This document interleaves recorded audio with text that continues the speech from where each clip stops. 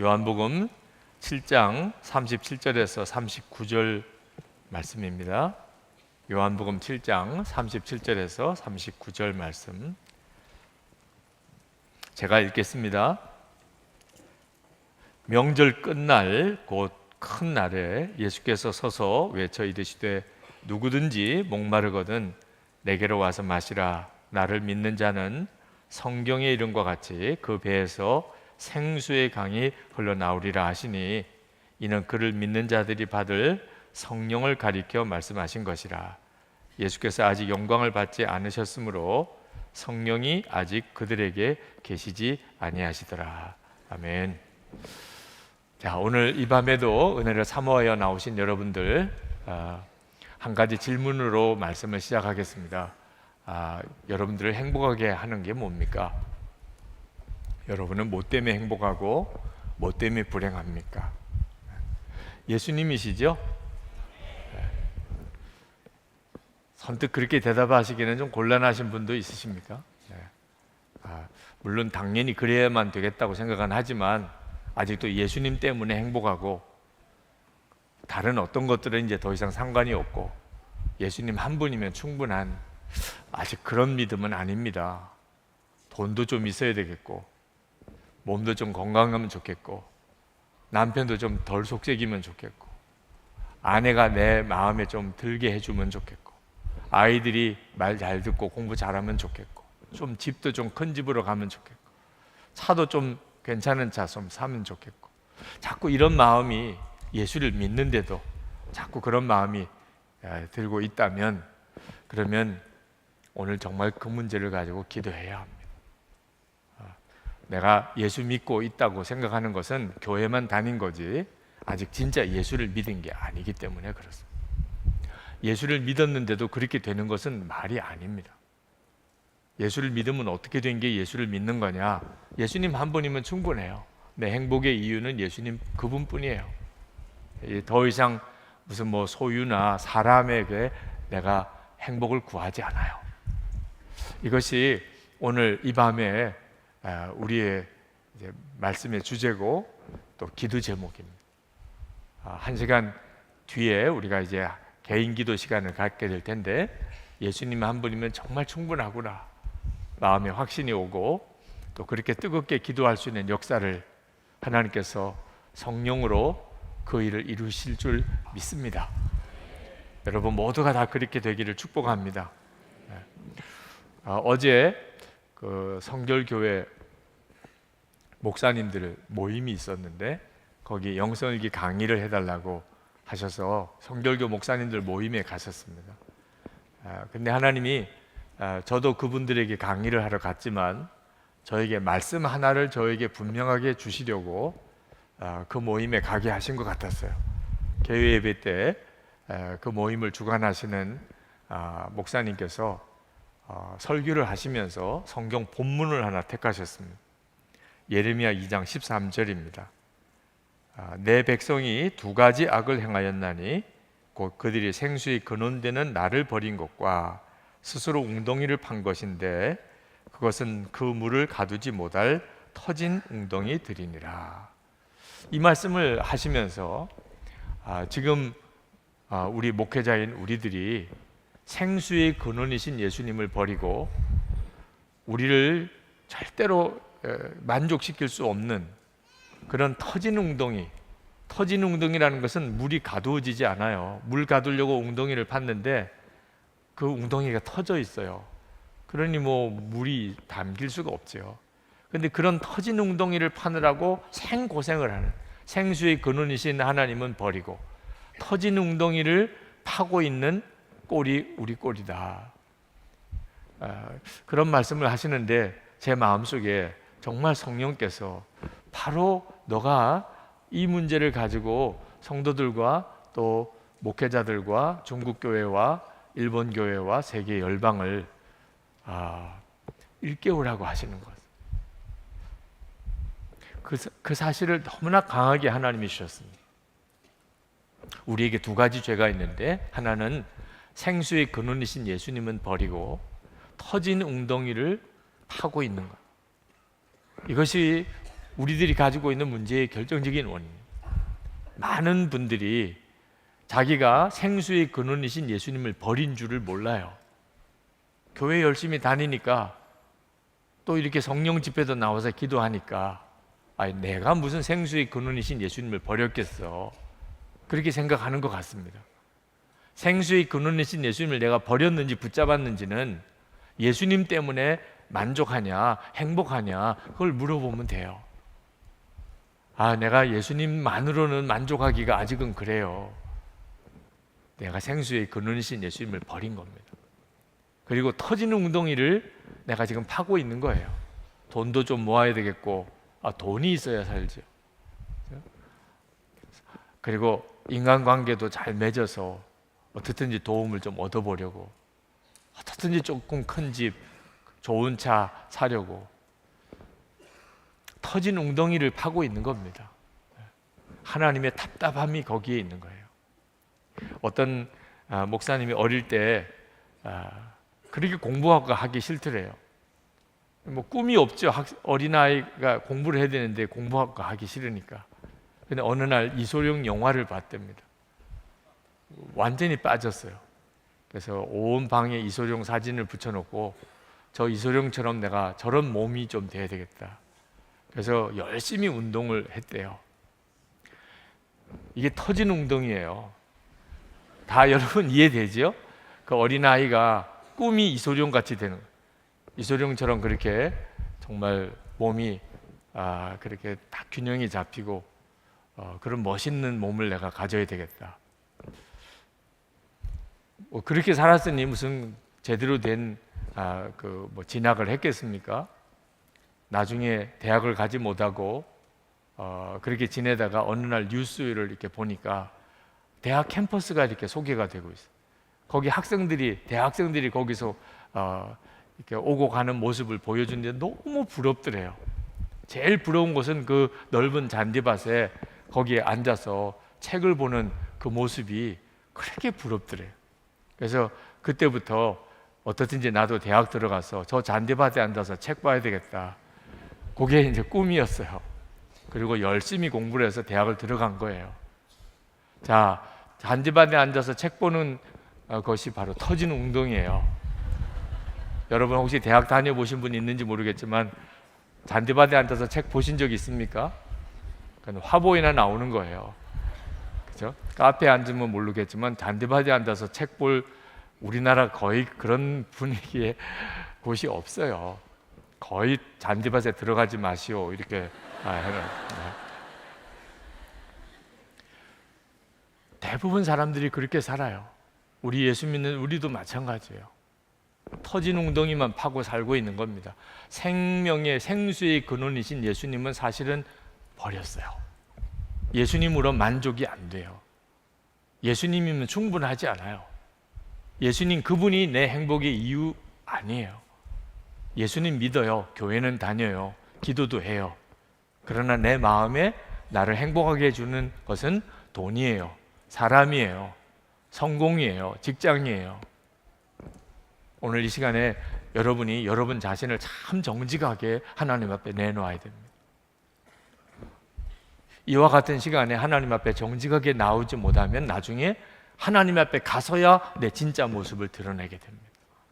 그건 정말 죽음과 같은 거예요. 끔찍한 일이죠. 예수를 믿는다지만 교회만 다녔지 생수의 근원이신 예수님은 버리고 터진 웅덩이만 파고 살았던 사람들, 그래서 신앙생활에 문제가 생기는 겁니다. 모태신앙입니다. 그러면 딱 느낌이 어떤 느낌이에요? 아유, 미꾸라지네. 완전히 껍데기만 남았겠네. 모태신앙인이면 그런 느낌을 주는 거예요. 예수 믿은 지 30년 됐습니다. 아유, 완전히 그냥 짱돌뱅이겠구나. 딱딱하게 굳어 있겠구나. 그런 분들이 너무 많으니까. 그렇게 예수를 오래 믿었고 부모님부터 예수 믿었고 그러면 거의 뭐 성자 수준이 돼야 되잖아요. 그런데 왜 예수 믿고 그런 오랜 세월이 지나갔는데 더 영적으로 더 메마르고 더 굳어집니까? 생수의 근원이신 예수님을 실제로는 버리고 터진 웅덩이만 파고 살았기 때문에 그냥 예수 믿는 것은 교회만 다니고 말았던 겁니다. 은퇴하셨습니다만 홍정일 목사님이 참 답답한 말씀을 하시더라. 당신이 대학생 때 그때 우리 민족에게 복음을 전해서 1,000만 명만 예수를 믿게 되면 우리나라는 완전히 거룩한 하나님의 택한 선민이 될 것이다. 그래서 대학생 때 민족 복음화를 부르짖고 그렇게 열심히 전도하고 1,000만 명 기독교인 되는 게 목표였어요. 전국에 마을이 5만 9천 마을이 있는데 그 마을마다 교회를 하나씩 다 세우는 것. 그러면 우리 민족은 정말 뒤집어질 것이라고 생각했답니다. 그리고 바다 건너편에 있는 중국, 그 공산국가 중공이죠 그때. 뭐 복음은 절대 전할 수가 없는 저 중국에 복음을 마음껏 전할 수 있도록 그렇게 중보하면서 기도했었다. 근데 지금 다 이루어졌다는 거예요. 기독교인은 1,000만 명이 넘어섰고 전국에 예배당 없는 마을이 없고 중국의 복음을 자유롭게 오고 가면서 그렇게 전할 수 있는 그런 시대가 됐는데 그렇게 꿈꾸던 민족 복음화는 이루어진 건가? 그게 아니라는 것을 깨닫고 너무 당황스럽더라는 거예요. 예수 믿는 사람은 엄청나게 많아졌어요. 교회도 굉장히 많이 세워졌어요. 이걸 위해서 그동안에 노력을 해온 건가? 아, 성경을 잘 몰라서 그런가 보다. 그냥 교회만 다니게 했지 성경을 제대로 가르치지 않아서 그랬나 보다. 그래서 그때부터 제자훈련에 꽂혀서 어떻든지 교인들을 제자훈련시키려고 열심히 성경을 가르쳤대요. 그래서 상당히 많은 제자훈련 사역에 열매도 맺어졌는데 은퇴하시고 가만히 돌아보니까 아는 것만 많아진 거야. 아는 것만. 교인들이 제자훈련 하는 동안에 교인들이 아는 것만 많아졌어요. 삶은 전혀 안 변해. 세상 사람과 달라지는 삶이 없더라는 거예요. 그래서 너무너무 답답해 하시는 것을 느꼈어요. 지금 우리가 처해진 형편이에요. 예수 믿는 사람 상당히 많아요. 이제는 교회 없는 마을이 없어요. 제자훈련, 성경 공부, 큐티 열심히들 해요. 그런데 왜 진정으로 삶의 변화는 안 나타나는 거죠? 생수의 근원이신 예수님을 실제로는 버리고 터진 웅덩이만 파고 살고 있는 겁니다. 그러니까 성경을 배워도 열심히 교회를 나가도 기도를 해도 직분이 높아져도 실제로는 삶이 전혀 안 변하는 거예요. 나는 가족을 잘못 만나서 불행한 것 같아. 혹시 여러분 중에 그런 생각하시는 분이 있다면 지금 생수의 근원이신 예수님을 버린 상태입니다. 가족 때문에 내가 불행해. 생수의 근원이신 예수님을 진짜 만났고 붙잡았다면 절대로 그런 생각할 리가 없습니다. 어느 순간에 내 마음속에 생수의 근원이신 예수님은 버리고 가족에게 내 행복을 구하고 있는 거예요. 많은 목회자들을 만나보면 목회의 좌절을 느끼고 계세요. 교인들을 탓하고 또 목회 형편을 탓하고. 근데 여러분 그것도 똑같아요. 생수의 근원이신 예수님을 버리고 터진 웅덩이만 파고 있는 겁니다. 생수의 근원이신 예수님을 붙잡았다면 교인들 교회 형편 탓할 이유가 없어요. 여러분 요한복음 7장 38절에서 나를 믿는 자는 성경의 이름과 같이 그 배에서 생수의 강이 흘러나오리라 이렇게 말씀하셨는데 이것은 저의 기도 제목이에요. 신학교 다닐 때부터 하나님 정말 제가 이렇게 되기를 원합니다. 제 배에서 생수의 강이 흘러나오는 이런 목사가 되고 싶습니다. 그런 기도 제목이었어요. 그런데 어떻게 해야 이렇게 되는지는 몰랐어요. 그냥 제가 생각하기에는 굉장히 강한 성령의 체험이 내게 임하면 내가 갑자기 이런 사람이 되겠구나 이런 정도쯤의 생각을 했어요. 그냥 강한 성령의 체험이 내게 오면, 그러면 내가 이런 사람으로 바뀌겠구나. 그래서 그런 어떤 강한 성령의 체험이 있기를 그렇게 갈망하면서 왔어요. 내 말씀을 가만히 자세히 읽어보니까 예수님은 조건이 너무 믿어지지 않을 정도로 간단한 조건을 이야기하셨어요. 어떤 사람이 그 배에서 생수의 강이 흘러나올 것인가? 주님 말씀하시기를 나를 믿는 자는 이라고 그렇게 이야기했어요. 우리도 다 예수님을 믿고 있기 때문에 우리가 더 당황스러워요. 우리가 뭘 안 하는 것을 주님이 말씀하셨다면 맞아, 이렇게 해야 되나 봐, 이렇게 할 텐데 이미 우리가 예수님을 믿고 있잖아요. 그런데 나를 믿는 자는 그 배에서 생수의 강이 흘러나올 것이라. 난 아닌데, 나도 예수님을 믿는데 내 속에서 생수의 강이 흘러나오지는 않는데, 그래서 이 말씀을 읽기는 읽지만 이 말씀의 역사를 경험하고 살지를 못하는 거예요. 여러분, 주님은 바로 그 전 27절에 목마른 자는 누구든지 다 나오라, 다 내게로 오라, 그렇게 초청하셨습니다. 요한복음 7장 37절에 명절 끝날 곧 큰 날에 예수께서 서서 외쳐 이르시되 누구든지 목마르거든 내게로 와서 마시라. 오늘 여러분 중에 심령에 목마른 사람, 만족이 없는 사람, 삶이 너무 힘든 사람, 기쁨이 없는 사람, 나 솔직히 행복하지 않아, 이런 사람 다 목마른 사람이죠. 주님은 내게로 와서 마시라. 마시라는 말은 해결된다는 거예요. 기쁨을 주시고 만족함을 주시고 충분합니다. 주님 그렇게 해주시겠다는 거죠. 주님은 그냥 내게로 와서 마시라, 주님께로 오라고만 하셨어요. 그리고 성경을 가만히 보면 실제로 그렇습니다. 수가성 사마리아 여인 아시죠? 그가 예수님과 만난 것밖에 없잖아요. 그리고 예수님의 말씀을 듣고 완전히 사람이 뒤집어졌어요. 정말 목마름이 해결되고 생수의 강이 그 속에서 흘러나오게 됐잖아요. 아, 이게 예수를 믿는 거구나. 예수를 믿으면 수가성 사마리아 여인같이 돼요. 삭개오, 그는 얼마나 목마른 사람이었습니까?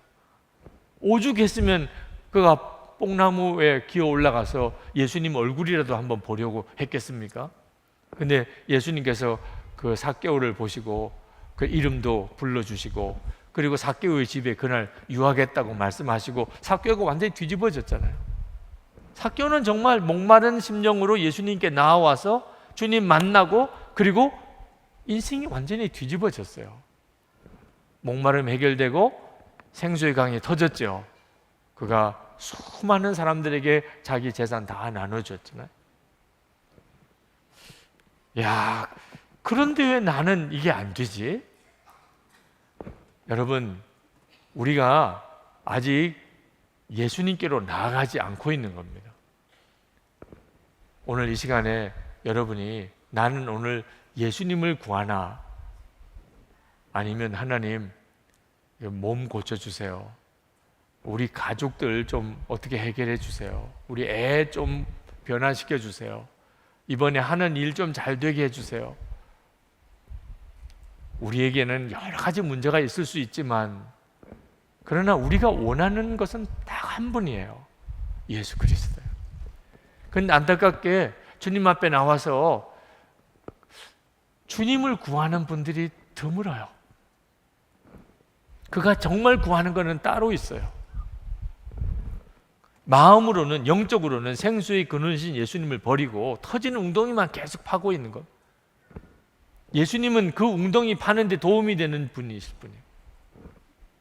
진짜 예수님께로만 나오는 마음이 중요해요. 저는 주님만 원합니다. 저는 주님만 원합니다. 제가 원하는 것은 주님입니다.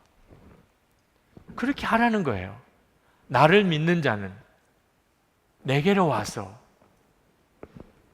여러분, 오늘 이 시간에 꼭 한번 체험해 보시기 바랍니다. 수가성 사마리아 여인처럼, 또는 삭개오처럼 그 역사가 내게도 그대로 이루어지는 그 놀라운 체험을 여러분이 꼭 해보시게 되기를 바랍니다. 우리가 전도할 때 예수 믿으면 복을 받습니다. 예수 믿으면 당신 문제 해결됩니다.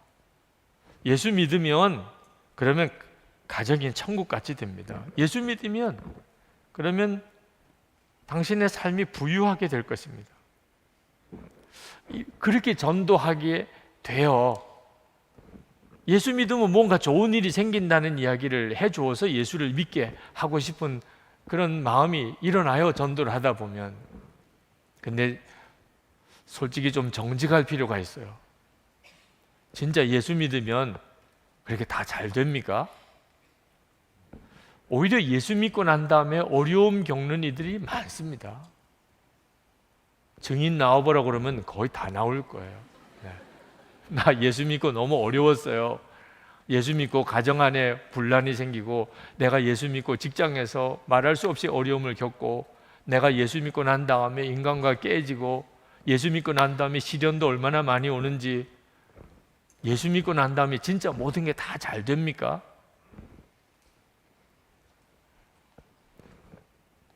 세례 요한은 예수님 때문에 감옥에서 참수형을 당했습니다. 예레미야는 사람들로부터 조롱을 받고 태어난 것을 후회하고 눈물로 살았어요. 하나님의 종이 되고 난다. 모세는 약속의 땅을 들어가지 못하고 보기만 하고 죽었습니다. 다윗은 손에 너무 피를 많이 묻혔다고 성전 짓는 허락을 받지 못했습니다. 예수님의 어머니 마리아는 예수님을 낳은 것 때문에 평생 무거운 짐을 지고 사셨어요. 예수 믿으면 진짜 정말 모든 게 다 잘 됩니까? 전도할 때 우리가 좀 정직할 필요도 있어요. 그런데 왜 예수를 믿죠 그러면? 예수 믿으면 핍박도 당하고, 예수 믿으면 고난의 길을 가야 되고, 예수님은 십자가 지고 주님을 따라가야 되고, 그런데 왜 예수를 믿습니까? 예수 믿으면 뭔가 좋은 게 하나는 있어야 되잖아요. 있지요. 그건 예수님 그분이에요. 여러분이 그 사실을 명심해야 돼요. 내가 하나님 앞에서 받고 싶은 것은 예수님 그분이에요. 예수님 믿고 그 다음에 건강해지고, 예수 믿고 난 다음에 내가 잘 되고, 예수 믿고 난 다음에 우리 가족이 다 구원받고, 우리 가족들이 다 화목하게 되고, 초점이 거기에 가 있으면 안 돼요. 분명히 예수 믿으면 내 집이 구원받을 거라고 하지 않았습니까? 그런데 우리 가족들은 아직도 구원받지 못하고 있습니다. 그렇게 마음이 하나님께 원망이 가득한 분이 있으시더라. 그분은 실제로는 예수님을 믿은 게 아니고 가족들이 다 구원받게 되는 것을 믿은 거예요. 그러니까 가족이 다 구원받기 전까지는 그는 절대로 마음의 만족도 기쁨도 없어요. 계속 불평이고 원망이고 불만이고, 그러니까 가족이 더 구원 못 받는 거예요. 계속 불평, 먼저 예수 믿은 사람이 행복해 보여야 나도 믿고 싶을 거 아니에요. 계속 불평이고 원망이고 짜증이고 얼굴에 벌써 표시가 나죠. 예수님 그분이 목적인 거하고, 그리고 예수 믿고 난 다음에 하나님의 주실 복을 목적으로 삼는 거하고는 너무나 큰 차이가 있는 거예요. 이제는 내가 원하는 것은 예수님 주님이십니다. 만나고 싶고 주님 안에 거하고 싶고 주님으로 살고 싶을 뿐입니다. 그리고 제게 어떤 어려움이 와도 상관없습니다. 예수님과만 동행할 수 있다면, 제가 주님을 더 알 수 있다면, 그러면 사도 바울처럼 내게 유익하던 거 다 해로 여기고 배설물처럼 다 버릴 수 있어요. 그렇게 나는 주 예수님만 원해요. 그러면 이 말씀이 그대로 이루어집니다. 누구에게나 다 목마르지 않고, 그리고 배에서 생수의 강이 터져요. 저는 축구장이나 야구장에 돈 내고 가본 적이 없어요. 혹시 모르겠어요. 누가 공짜로 표를 사주거나 또는 같이 가는 사람이 너무 마음에 드는 사람이 있어서 같이 가보자, 또는 차 주차하기도 괜찮고, 그러면 한 번쯤 가보고 싶은 생각은 있어요. 축구장에도 야구장에도 한 번쯤 가보고 싶은. 근데 진짜 정말 축구를 좋아하고 야구를 좋아하는 사람은 다르더라고요. 그 사람들은 자기 돈으로 그 비싼 표를 사가지고 그러면서도 그렇게 좋아해요. 그 많은 돈을 들여서 그 표를 사고, 그리고 그렇게 차 대기도 어려운데 멀리 차를 대고 그 경기장까지 들어가고, 그것도 뭐 좋은 자리 앉는 것도 아니고 저 구석진 곳에 앉아서, 그것도 자기가 응원하는 팀이 이긴 것도 아니고 지는 경기를 매번 빠지지 않고 우리가 주일 출석하는 것처럼 그렇게 야구장, 축구장에 가는 사람들 보면 참 존경심이 생겨요. 네. 그게 좋아한다는 겁니다. 여러분, 교회도 마찬가지예요. 교회도 뭐 교회 오기가 괜찮고 교회 시설도 괜찮고 거기에 뭐 와보니까는 뭐 여러 가지 편리하고 여유롭고 잘 환영해주고 뭐 예배도 괜찮고 설교도 들을만 하고 냉난방 시설도 잘 돼 있고, 한번 가보지 뭐, 이 교회에 다니니까 좋으네, 그런 분들이 있어요. 모든 게 잘 갖춰줘야 교회도 다니는 사람. 제가 축구장 야구장 가는 것 같은 느낌인 거죠. 그러나 어떤 분들은요, 정말 상황은 최악이에요. 우리 교회 주차장 같아요. 하여튼 차를 가지고 들어오면 어디다 대야 될지 몰라. 바깥에 나가라고 그러는데 바깥이 어딘지를 모르겠어. 그래서 바깥에다가 댔는데 남의 집 앞에 대가지고 또 요금 태바가지로 먹고. 하여튼 예배를 드리러 왔다가 예배 드리기 전에 벌써 혼이 다 나가 있어요. 그리고 들어와 보면 설교가 벌써 시작이 됐어요. 차 대고 들어오면. 제정신이 하나도 아니신 교인들이 많으실 것 같아요. 냉난방도 안 되는 만약에 그런 교회라면, 마이크도 없어서 무슨 소리인지 제대로 알아듣기도 힘들고, 그런데도 그 교회를 나오는 사람이 있어요. 어떤 사람이 그렇죠? 예수님으로 만족이 되는 사람. 여러분들도 준비하셔야 돼요. 우리 교회는 예배당 시설을 그래도 잘 갖추려고 애를 쓴 교회입니다. 좀 무리해서라도 이렇게 예배당을 크게 짓고. 그런데 어느 순간에는 이런 시설이 없는 데서 예배 드려야 될지도 몰라요. 예수 믿고 교회 다닌다 그러면 사람들로부터 핍박을 당하고 돌 맞고 또는 감옥에 끌려갈 수도 있는 이런 상황이 올 수도 있어요. 여러분, 그때도 지금처럼 이렇게 열심히 교회에 나오실 것입니까?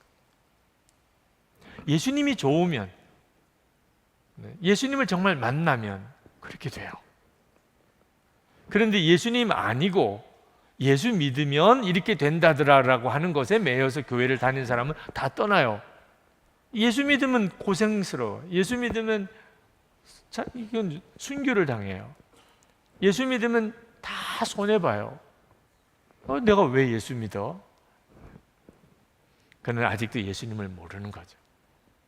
교회만 다녔었을 뿐이죠. 여러분, 우리에게 필요한 것은 예수님 그분입니다. 정말 내게 목마름을 완전히 해결해 주고, 그리고 내 배에서 생수의 강이 흘러넘치게 해주실 수 있는 분은 예수님 그분이에요. 오늘 이 시간에 여러분 모두가 다 그 은혜를 받습니다.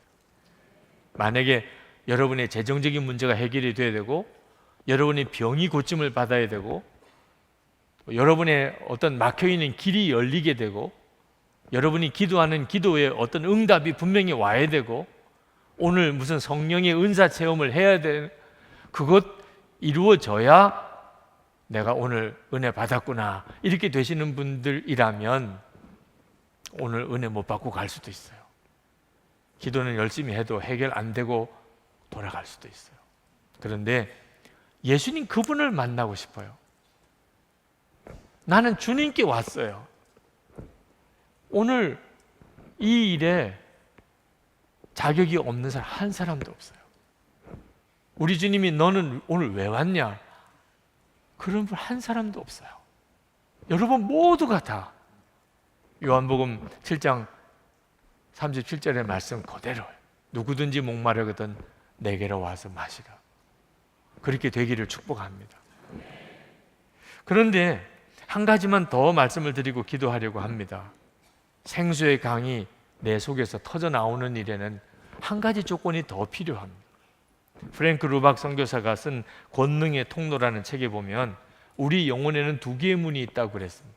하나는 하나님을 향하여 열린 문이 있고 하나는 사람을 향하여 열린 문이 있다는, 이 두 문이 다 열려야 우리가 통로가 됩니다. 하나님의 은혜의 통로, 축복의 통로, 권능의 통로가 되는 거예요. 우리 자신이 하나님을 향하여 문이 열렸고 사람을 향하여 문이 열려 있으면. 지금 예수님은 우리 안에 임하셨어요. 예수님은 생수의 근원이세요. 그러니까 당연히 우리를 통해서 생수의 강이 흘러나오는 것은 당연한 일이에요. 예수님을 영접한 사람은 다 그렇게 되게 돼 있어요. 그런데 실제로는 그러지 못해요.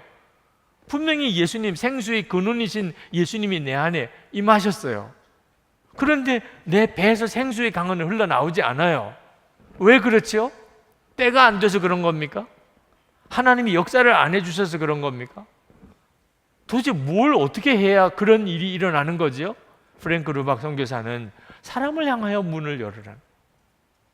하나님을 향해서만 문을 열지 말고 사람을 향해서도 문을 열으라는. 우리가 하나님으로부터 은혜는 많이 받습니다. 하나님으로부터 받는 은혜에 부족함이 없어요. 지금 시대는 우리 한국의 교회사를 가만히 훑어보면 하나님이 가장 많은 은혜를 부어주시는 때예요. 그런데 생수의 강이 흘러넘치는 역사는 이전보다도 훨씬 못해요. 이거 왜 도대체 이렇게 된 거죠? 이제는 우리가 점검해 봐야 됩니다. 먼저는 생수의 근원이신 예수님 그분을 내 기도의, 오직 기도의 제목, 내가 원함은 예수님이에요. 다른 어떤 것도 내가 원하는 게 없어요. 나는 예수님 한 분이면 충분해요. 그 다음에는 주님이 하시는 거예요. 여러분이 이 믿음 분명히 가져야 되고, 그리고 사람을 향하여 마음의 문을 열어야 돼요. 그때만 은혜가 내 속에서 흘러넘치게 됩니다. 밑빠진 독에 물 붓기라는 말이 있잖아요. 근데 이 밑빠진 독에 물 붓기가 은혜로 해석하면 이 하나님의 계획이에요. 여러분 모두가 다 밑빠진 독이에요. 그리 돼야 돼요. 지금 밑이 안 빠졌기 때문에 은혜가 흐르지를 못하는 거예요. 계속 장독이라도 크면 몰라, 다 간장종지만 해요. 여러분들의 마음이 다 간장종지만 하다니까. 그래야 안 그래요? 두 생각도 동시에 안 품어져요. 지금도 배고픈 사람은 전혀 은혜가 안 돼요. 먹는 것만 생각해요. 우리는 두 생각도 동시에 품어지기가 어려워요. 그 정도로 우리 마음은 아주 좁아요. 거기에다가 은혜를 채우려고 하면 무슨 그게 은혜가 되겠어요? 내가 간장종지만 할 수밖에 없는 그런 마음이라도 밑이 터졌어요. 위로 쏟아부어 주시는 은혜는 엄청나요. 밑 빠진 독이니까 그냥 계속 은혜가 흘러넘치는 거죠. 아, 그렇구나. 내가 생수의 강이 흘러넘치는 그런 삶을 살지 못하는 이유는 내가 주님을 향하여만 갈망하지 사람을 향하여는 마음이 딱 닫혀져 있어서 그렇구나. 예수님께서 누가복음 6장 38절에서 이렇게 말씀하셨어요. 주라, 그리하면 너에게 줄 것이니 곧 후이되어 누르고 흔들어 넘치도록 하여 너에게 안겨주리라. 진짜 생수의 강이 흘러 넘치는 것을 이렇게 표현하셨어요. 누르고 흔들어 넘치도록 안겨줄 것이라. 근데 어떻게 하면요? 주라. 받으려고만 하지 말고 더 주십시오. 주여 주세요. 이렇게만 하지 말고 이제는 그냥 주라. 부어주시는 주님은 이미 부족함이 없이 내게 부어주시고 계시니까 하나님 앞에 더 달라고 할 것도 없어요. 하나님은 내게 더 주시고 싶으세요. 누르고 흔들어 넘치도록 주시고 싶으세요. 근데 우리가 할 일이 뭐죠? 우리도 주는 거예요. 주라. 이번에 청주에 우리 재난구호국에서 가셔서 섬기고 돌아오셨는데 오늘도 보고를 들으면서 그때 생각이 납니다. 그렇게 하게 된 하나님의 계획을 다시 생각이 나요. 어느 날 맥주감사주의를 지키는데 말씀을 준비하다가 우리가 하나님 앞에 이렇게 감사해서 하나님 앞에 마음을 다해서 헌금을 하는데 이 감사 헌금은 우리 교회 일반 재정에 쓰는 게 아니고 이거 진짜 어려운 사람들을 위해 써야 되는 거 아니냐. 근데 마음에 걱정이 되는 것이 그 감사절 헌금은 교회 재정에 굉장히 중요한 몫이에요. 그 감사 헌금을 가지고 교회 살림을 꾸려나가는데 큰 도움을 얻는데 맥주 감사 헌금, 추수 감사 헌금 이거 다 어려운 사람에게 나눠주면 그러면 우리 교회 재정은 어떻게 해? 이런 걱정이 되더라고요. 근데 그때 제 마음속에 이건 진짜 믿음의 실험을 해봐야 될 문제다. 만약에 하나님이 정말 살아계시고 그리고 하나님이 정말 복을 주시는 하나님이시라면 하나님이 기뻐하시는 대로 순종한 사람에게 하나님이 역사하실 거 아니에요. 그래서 장로님들에게 우리가 맥주감사헌금은 교회를 개척하는 데 쓰고 추수감사헌금은 재난당한 이들을 위해서 우리 구제비로 씁시다. 전액을 다 그렇게 일반 재정 수입에서 뺍시다. 참 감사하게도 장로님들이 동의를 해주셨어요. 그렇게 동의하는 일이 제가 생각하기에도 쉬운 일은 아니에요. 장로님들이 다 동의하셨어요. 그래서 그때부터 이제 추수감사헌금은 다 교회 개척을 위해서 쓰고 그리고 맥주감사주일 헌금은 추수감사주일 헌금은 이제 재난 구호를 위해서 전액 다 사용하기 때문에 이번에도 교우들 특별한 헌금 없이 그냥 재난이 생겼을 때 바로 달려가서 도울 수 있었던 거죠. 분리개척교회를 세 교회를 세웠고 그리고 도서관교회, 식당교회 그리고 우리 지방 내에 있는 미자리교회 목사님 은퇴하실 때 대책이 없는 교회를 우리 교회가 분리개척교회로 품어서 그 교회를 목사님 은퇴 이후를 위해서 도와드리고 그 교회를 세우고 그리고 지난번 네팔에 일본에 지진이 났을 때 우리가 가서 도울 수가 있었고 교회 재정은 그럼 어떻게 됐을까요? 참 놀라운 하나님의 은혜와 복을 교회가 받고 있는 걸 봅니다. 야, 맞구나. 정말 그렇구나. 돌아보니까 선한목자교회가 그나마도 이렇게 축복의 통로 역할을 할 수 있는 오늘도 우리 교회를 위해서 헌금한 게 아니고 우리 주찬양교회 어린이 사역을 하는 그 교회 예배당을 꾸미는 일을 위해서 우리가 헌금했잖아요. 금요일마다 우리 특별한 헌금을 합니다. 여러분, 이게 굉장히 중요한 하나님의 계획인 것입니다. 생수의 강이 정말 흐르는 그런 사람이 되기를 원한다면 사람을 향하여 마음을 열어야 돼요. 그래서 우리 자신이 은혜와 축복의 통로가 되어야 된다. 하나님의 은혜를 자꾸만 담으려고 하지 말고 어떻든지 그것을 흘려보내는 통로가 되어야 된다. 프랭크 루박 선교사님의 책에 보면 어느 여성도가 성령의 체험을 하면서 그동안 오랫동안 고통스러웠던 질병에서 노임을 받는 그런 은혜를 받습니다. 그 여성도님은 황홀했어요. 하나님을 만났어요. 하나님의 살아계심을 알게 됐어요. 그 하나님이 자기 마음에 임했어요. 인생이 완전히 달라졌어요. 그런데 어느 날 마음에 걱정이 하나 생겼습니다. 그래서 프랭크 루박 선교사에게 상담을 했습니다. 그게 뭐냐면, 내가 지금 누리는 이 말할 수 없는 기쁨, 심령의 기쁨, 이전에는 정말 상상도 못했던 정말 마음의 하나님의 은혜, 여러분들도 성령 체험하신 분들은 다 그 경험을 하셨죠. 그런데 이 은혜와 이 기쁨이 어느 순간에 내게서 떠나갈지 모른다. 이거 언제까지 내가 이런 기쁨과 은혜로 계속 살 수 있을까? 그게 갑자기 두려운 마음이 들었습니다. 그때 프랭크 루박 선교사님이 그 여성도님에게 이렇게 권했어요. 당신이 이 새롭고 놀라운 은혜가 계속해서 당신 안에 계속 충만하려면 반드시 세상으로 흘러나가야 함을 명심해야 합니다. 은혜를 나누지 않으면 그 은혜는 당신에게서 떠날 것입니다.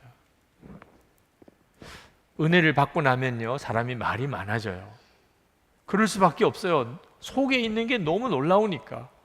억지로 은혜를 말할 이유가 없어요.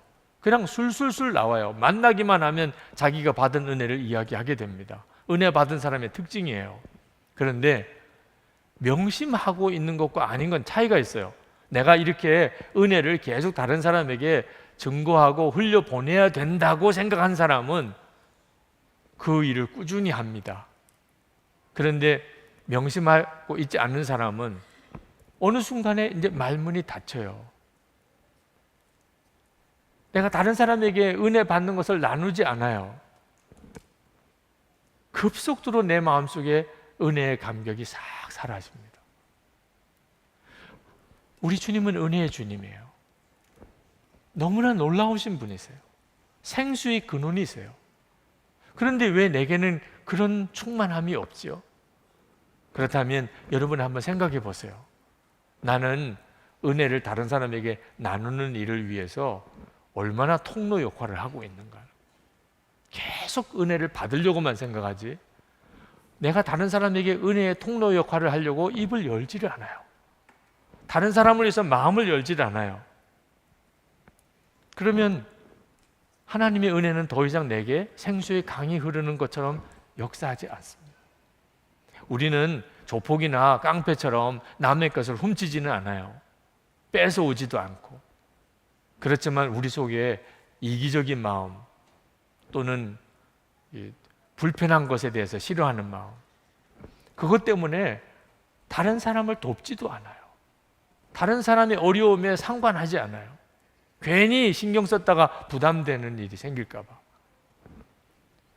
우리 안에 교묘한 이기심이 있어요. 철저하게 자기만 생각합니다. 자기 편안함, 자기 유익, 그런 생각이 있어요. 왜 예수를 믿고도 수많은 성도들이 주님의 말씀이, 너무나 놀라운 말씀이 주어졌는데도 그 충만한 은혜를 누리고 살지 못할까? 바로 이 이기적인 마음으로 사람을 대하고 있기 때문에. 가족들도 그렇고 친척도 그렇고 여러분의 직장 동료도 그렇고 같은 교우들끼리도 끊임없이 나에게 이익이 되는 것으로만 사람을 보아요. 무슨 문제가 있으면 부담되면 안 하려고 그래요.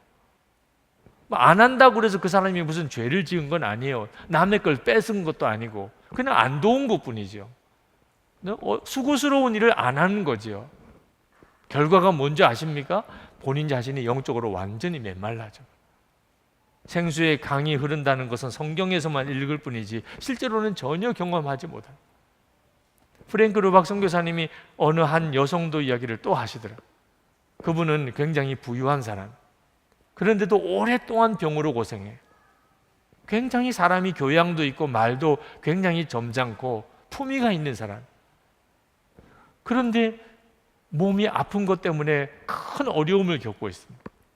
프랭크 루박 선교사님이 그 여성들을 보고 기도하는데 마음에 딱 오는 게 있더라. 그래서 그 성도님을 만나서 그렇게 권면해 주었습니다.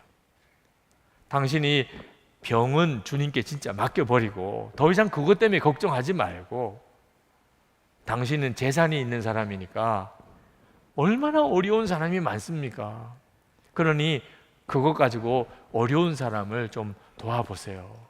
그러면 틀림없이 당신의 문제도 해결받고 충만함을 누리게 될 겁니다. 네, 너무너무 기분 나쁘게 받더라. 너무 부담스럽게 다시는 이야기도 안 하려고 그러고. 왜? 돈 가지고 어려운 사람 도와주랬다. 너무너무 안타까워서 그 책에 쓰셨어요. 만약에 그 여성도가 정말 사람들을 향하여, 어려운 사람들을 향하여, 자기가 할 수 없는 거는 뭐 못하는 일이지만 상당한 재산을 가지고 있는 부자인데 그걸 이렇게 나누어주는 일에 힘쓰면 본인이 겪고 있는 그 고통스러운 문제도 해결될 수 있을 텐데. 오늘 이 시간에 여러분이 할 수 없는 것에 대해서 주님은 하게 하지 않으세요. 말 한마디라도 정말 내가 오늘 다른 사람에게 내가 위로받고 싶으면 내가 다른 사람을 위로해야 돼요. 하나님이 내게 역사하시는 것을 내가 그렇게 사모하면 나도 내가 도울 수 있는 사람을 도와야 되겠다. 주님께서 도대체 누구를 보게 하시고 누구에게 가게 하시고 누구를 통해서 나에게 역사하실까? 그게 주님 내게 역사해 주세요라고 기도하는 것보다 훨씬 빠른 방법이라는 거예요. 용서도 우리가 죄 지은 자를 사하여 준 것 같이 주님이 우리 죄를 사하여 주시는 거예요. 기도도 구하라 그러면 주실 것이요 그랬는데 마태복음 7장 12절에 보면 남에게 대접을 받고자 하는 대로 너희도 남을 대접하라. 하나님 앞에 기도 응답 받고 싶으면 나도 다른 사람이 나에게 요청한 거 응답해 주면서 그러면서 하나님께 기도 응답을 구하라. 문이 둘 쪽이 다 열려 있어야 돼요. 주님을 향하여 문도 열리고 사람을 향하여 문도 열려 있어야 돼요. 영성일기 나눔 참 중요합니다. 영성일기는 주님을 바라보기 위해서 쓰는 거예요. 그렇지만 나눔방에서 함께 영성일기 쓰시는 분들이 서로 일기를 나눕니다. 어떤 분들은 나누는 게 부담스러워서 일기를 안 쓰시는 분도 계세요. 쓰고도 일기 나누지는 않는 분도 계세요. 틀림없이 그는 영적으로 메말라 있어요. 그렇게 영성일기를 쓰면서도 나눈 것 자체가 부담이 돼서 영성일기 쓰는 것을 시도를 못하는 분들은 말씀을 의지해서 해보세요. 생수의 강이 흘러나는 일이 영성일기보다 더 놀랍게 내게 기회가 있을까요? 하나님이 내게 생수의 역사를 내 마음에 심령에 주시면 영성일기 나눔 방을 통해서 얼마나 놀랍게 흘러가게 됩니까? 여러분의 이야기를 다른 사람에게 어느 기회 때 하겠어요? 여러분에게 주시는 하나님의 은혜가 영성일기 추천글에 올라오면 전 세계에 있는 사람들이 봐요. 진짜 생수의 강이 흘러나는 역사를 여러분이 경험하게 됩니다. 문을 열었기 때문에. 주님을 향하여 문을 열었을 뿐만 아니고 사람들을 향하여도 문을 열었기 때문에. 영성일기 컬럼을 쓰는 일이 저에게는 쉬운 일이 아니에요. 한 번은 그만둘까 하는 생각도 했어요. 오히려 그것 때문에 내가 너무 스트레스를 받는 것 같았어요. 그런데 하나님께서 저에게 말씀하셨어요. 매일 영성일기 컬럼을 쓰면서 지금 저가 유지가 된 거예요. 사실은 뭘 도대체 성도들에게 나눌 수 있을까? 어떤 때는 막막하기도 해요. 그런데 시작하면 하나님이 글 하나를 주세요. 그렇게 글을 써왔어요. 지금 생각해 보면 하나님이 그렇게 문을 여니까 저에게 계속 하나님의 은혜를 공급하시는 거구나 깨달았어요. 오늘 이 밤에도 하나님이 이제 여러분에게 생수의 강으로 역사하실 것입니다. 약속하셨으니까 반드시 그렇게 하실 거예요. 만약에 여러분이 그런 체험이 없다면 말씀에 다시 들어가 보세요. 주님, 저는 주님밖에 원하는 게 없습니다. 제가 정말 만나고 싶은 분은 주님이십니다. 저는 예수님만 구합니다. 그게 첫 번째예요. 그리고 주님, 제게 은혜를 주시는 대로 내가 사람들에게 흘려보내겠습니다. 가족들에게, 특히 그동안의 문을 닫고 있었던 사람들, 나와 관계를 맺고 있는데 내가 그 사람에게는 문을 딱 닫고 있어요. 그러니까 하나님의 은혜가 내게 흐르지 않는 거예요. 하나님, 제가 이제는 문을 열겠습니다. 무시를 당하고 손가락질을 당하고 내가 멸시를 받는 한이 있어도 나는 사람을 향하여 문을 열겠습니다. 하나님, 나는 통로가 되기를 원합니다. 밑빠진 독이 되기를 원합니다. 하나님, 저를 통해서 제 주변에 있는 모든 사람에게 생수의 강이 흘러가게 해주옵소서.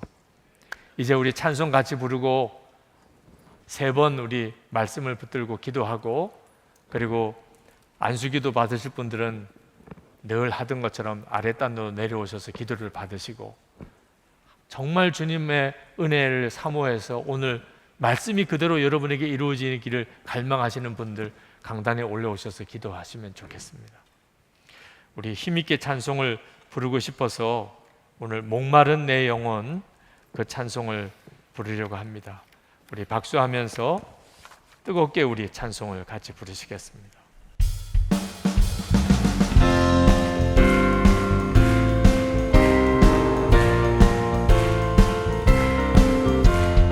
목마른 내 영혼 주의 입이어라. 그 귀한 영생수 주여 갈망합니다. 그 약속 따라서 입석한 구하오니 오 주여 내 기도 어서 들어주소서. 예수의 사랑, 예수의 사랑, 바다 물결같이 내게 임하니 영광의 물결에 온전히 쌓여서 내 영혼의 기쁨 한량없도다. 내게 약속한 은비 내려주시면 은혜의 저 구름 건너편에 떠올라 그 귀한 징조가 내게 밝게 보이니 나 힘을 다하여 주께 간구합니다. 우리 다 일어나서 예수의 사랑, 예수의 사랑, 바다 물결같이 내게 임하니 영광의 물결에 온전히 쌓여서 내 영혼의 기쁨 한량없도다. 은혜의 소낙비 지금 훔쳐기 내려 구원의 큰 강물 흘러차고 넘쳐서 내 수한 모든 죄 모두 씻어버리니 나 지금 은혜를 충만하게 받았네. 예수의 사랑, 예수의 사랑, 바다 물결같이 내게 임하니 영광의 물결에 온전히 쌓여서 내 영혼의 기쁨 한량없도다. 저 차고 넘치는 주의 은혜의 물결 힘차게 밀려와 내게 만족합니다. 오 할렐루야로 주를 찬송하오니 내 맘의 기쁨이 항상 충만함이라.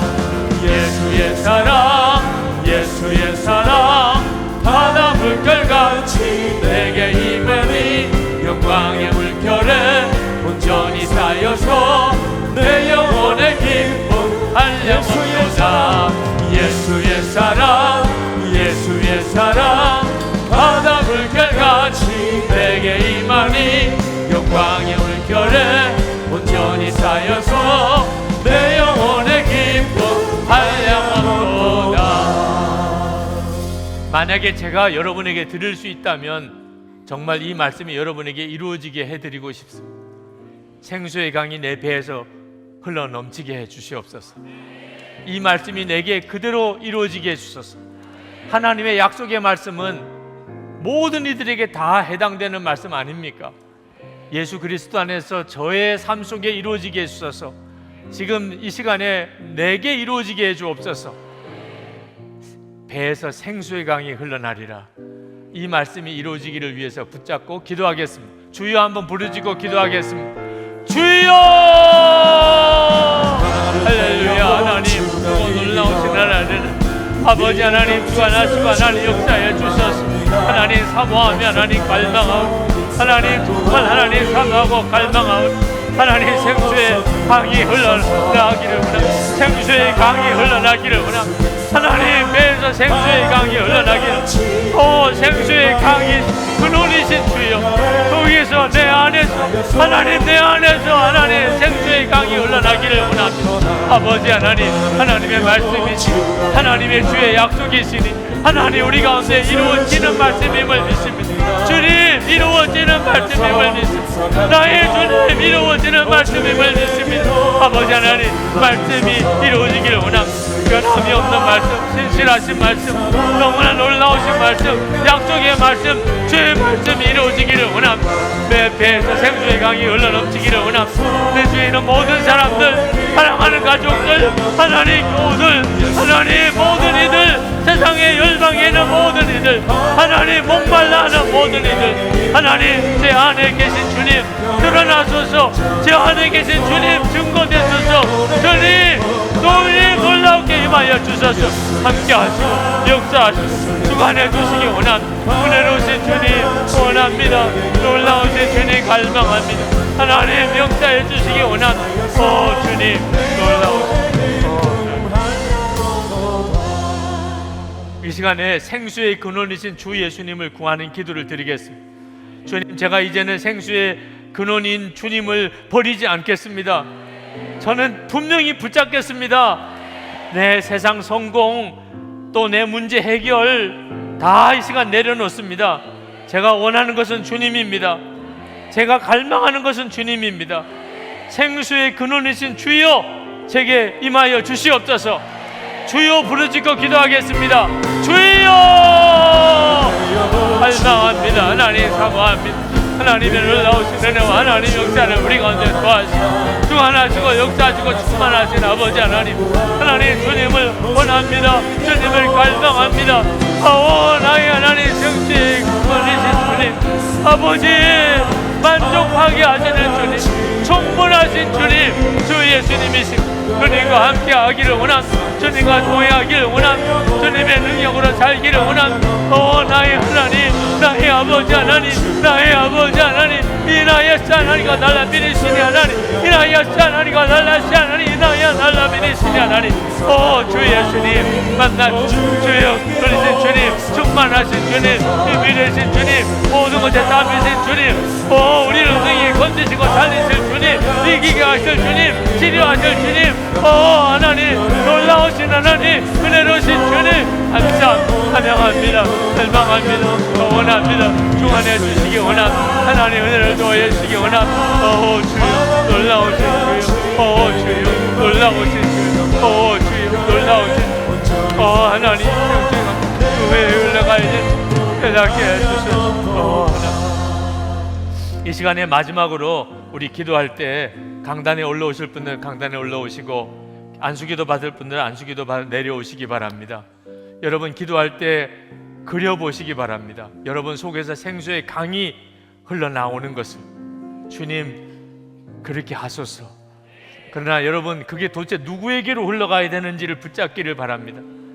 가족들을 생각해 보십시오. 부부 사이에, 부모님과 또 자녀들에게 도대체 누구에게 이 생수의 강이 흘러가야 될 것인지. 주여, 제가 사람을 붙잡습니다. 하나님, 내가 그 사람에게 문을 활짝 열겠습니다. 저를 사용하소서. 주님을 향하여 열려있는 내 심령, 그 사람에게도 열리기를 원합니다. 주님, 저를 통해서 생수의 역사를 이루소서. 오늘 이 시간에, 마지막 기도 시간에 하나님께서 여러분에게 사람을 보여주실 겁니다. 사람이 생각나게 하실 것입니다.